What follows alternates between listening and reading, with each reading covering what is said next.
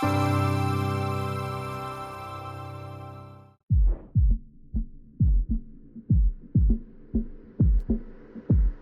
morning and welcome to Hong Kong Academy in Sai Kung. It's a little bit of a wet day, so we'll have to see what we can see. We're going in to meet the new head of the school who's been here since July. His name is Kasson, so let's go in and find out what vision he has for Hong Kong Academy. Let's go. Morning, Kasson. Thank you for having us today at Hong Kong Academy. It's great to be here.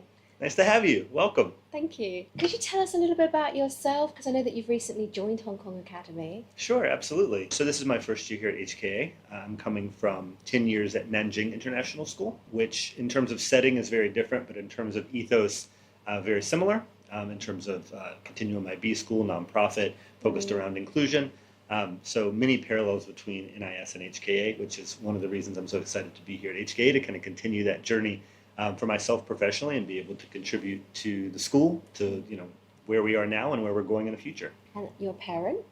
Yes, I am. My son Harris is in grade 8 here at HKA, so he is a teenager. How does your perspective as a parent marry with your perspective as an educator? That's a great question. They are identically aligned, and as my son gets older and thinking about what educational context do I want him to have to experience, and what educational context do I think best prepares him for the world that he'll enter? It's exactly this. Those are exactly the same questions that we're asking for our students here at HKA, and every school is.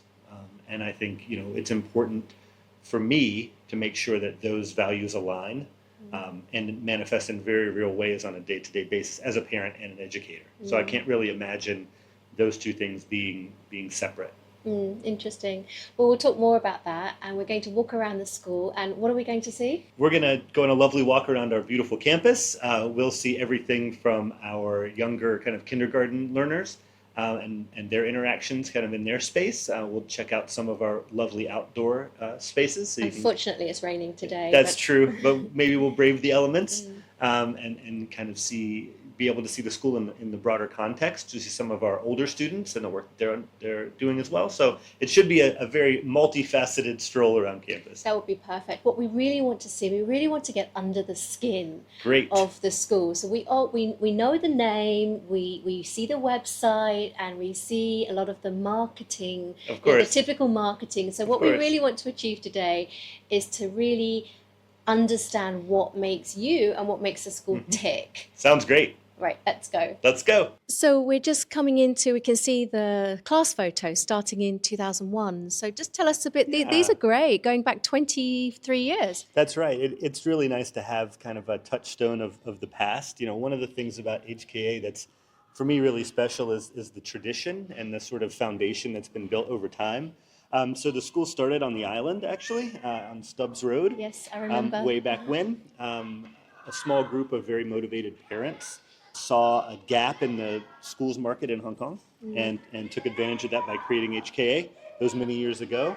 The school moved to Kennedy Town as well while this campus is being constructed, and we've been here for about 11 years. And it's really fun to see kind of the progression, and some of the same folks in some of these later pictures are still here now. So kind of that connection with the past is a really important part of who we are as a community. I want to look for, I've got friends who went to the school, they've got, how has it changed? Have you seen the demographics changing? That's a great question. In some ways, yes, in some ways, no. I think on the yes side, obviously the school has grown quite a bit, from very small classes now to 500 students. And so, there are changes in terms of, how the scale of the school has evolved. Demographically, yes, I suppose there have been changes, but one of the things that the community has always prided itself on is being truly international. And so, if you took our class photos now and transposed them against some of our class photos from the past, I think you'd see kind of the same mix of cultures, nationalities represented more or less. But of course, as time has gone on in Hong Kong, things have kind of changed and evolved, like in any city.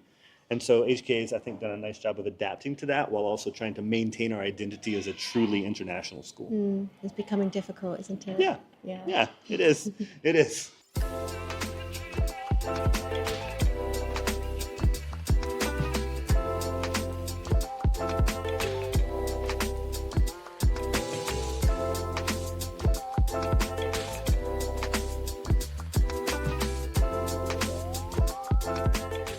Right, so we came outside because it was super noisy inside. It's a little bit of a grey, wet day today, but you're in beautiful Sai Kung. I mean, Yes. how do you like Sai Kung? It's absolutely amazing, both as kind of a setting for education and also just a place to live.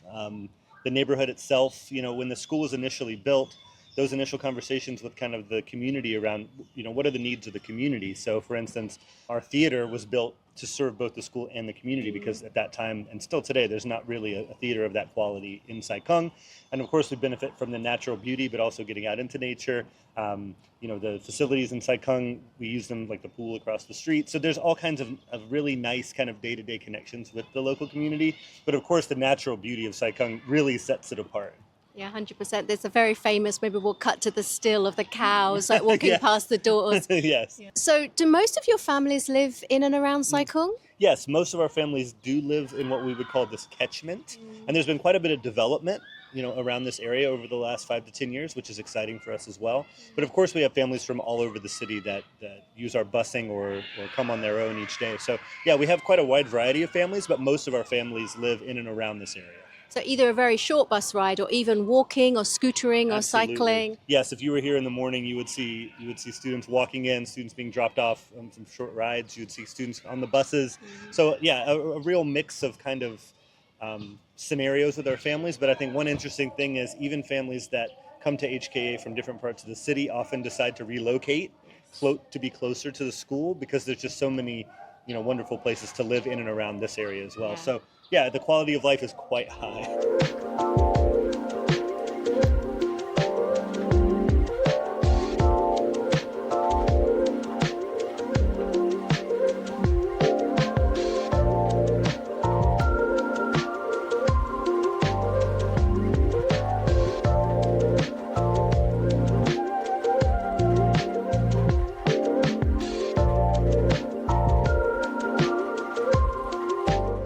How do you make use of the natural area, for learning? Great question. So having the school in this beautiful little part of Hong Kong is such a great opportunity. So one of the things that I found when I first came to the school is just how well the school integrates with the local community itself. So not necessarily the natural beauty per se, but working in kind of the nursing homes or getting out into the town and talking to shopkeepers or accessing the beach to do beach cleanups. So there's quite a bit of kind of learning embedded work that's been done in the community itself. And then of course, we try to take advantage of, our cross-country teams on the hills and our Global Citizenship Week kids are in the country park. And our families really take advantage of it too, it's not only in the school day, but also on the weekends and after school. So one of the things that I really find empowering is that we do an early dismissal on Wednesdays for our Teachers to Do Professional Learning. And many of our students then, when they leave school, they go into town together. They're interacting in a very kind of natural, responsible way without necessarily having, the degree of parent oversight or, they have a little bit of freedom to kind of test boundaries and explore kind of on their own. And I think that's really, it's not a purposeful component of our program necessarily, but if you walk into town on a Wednesday, you will see Hong Kong Academy students. And I think that's a really nice kind of natural partnership that we have. Yeah, absolutely.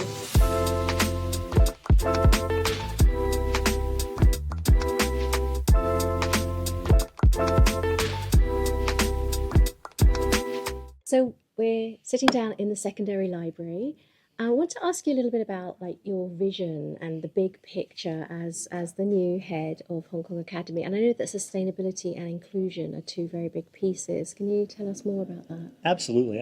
I think, in 2000, when the school was founded, the conversation around inclusion was primarily around curricular inclusion, and it primarily dealt with students that had learning challenges, and schools were trying to adapt and support those students. And I think that's a very relevant and important conversation, but we know that there's so much more to that conversation. Things like Black Lives Matter, the Me Too movement, kind of social justice movements over the last 5 to 10 years, coupled with, what we know about brain research and what we know about learning means that students really do learn best when they feel belonging, feel included, and that's every student.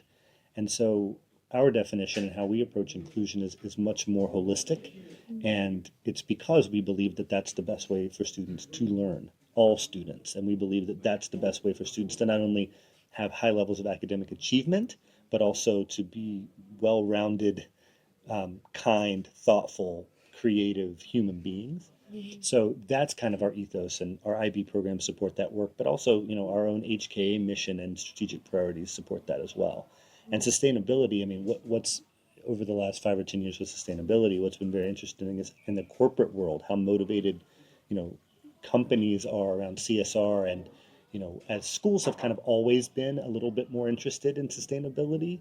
And now it's fun for us because now we're partnering with different companies and organizations in Hong Kong, and our director of facilities and operations is right in there in that conversation. So, when we walk around school, there are many, things from government grants to corporate sponsorships to student-led initiatives that really speak to the sustainability of the school. So, it's interesting that you mention inclusion and sustainability together, because I agree. I think those are kind of ethoses that support the kind of learning we're trying to achieve. Right, so we've come outside here to the playground for, Yes. what age group is this? I mean, really all students, Okay. but really our kind of grade 6 and unders tend to use this more than other grade levels. And this is called the wave. The green wave, yes. Uh-oh, here they come. Here they come. So I want to ask you, I mean, just so we can get to know you a little bit more, Sure. I mean, tell us a story that, you've been teaching for a long time. What really defines your philosophy on educational leadership? Sure. I mean, I guess one thing that comes back to me is when I was in university, I was waiting tables at like the campus restaurant, and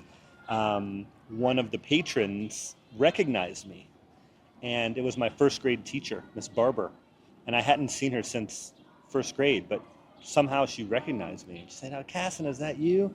And she reminded me of these books that I had written as a first grader, and she mentioned that I always wrote off topic.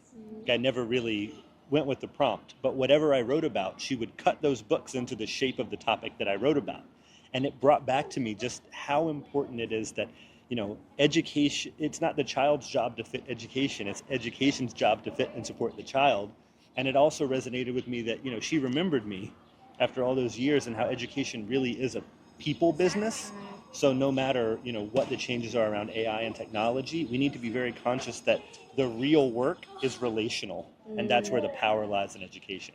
Okay, so we have toured pretty much the whole campus here at Hong Kong Academy in Sai Kung, and we had a great lunch. Yes, it was delicious. So we've been here a number of times over the years. I mean, what was the key takeaways for this trip? Every school has its strengths, its unique strengths.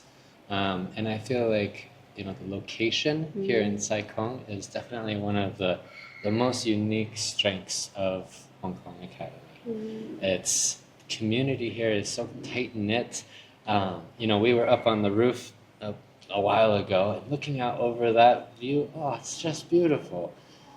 So yeah, in my opinion, that's one of the So it biggest is like a strengths. little bit of a destination school, because Kasson was saying that even if you think you can travel to school every day, because they have buses going all over, Right. you're going to want to be in Sai Kung eventually, most likely.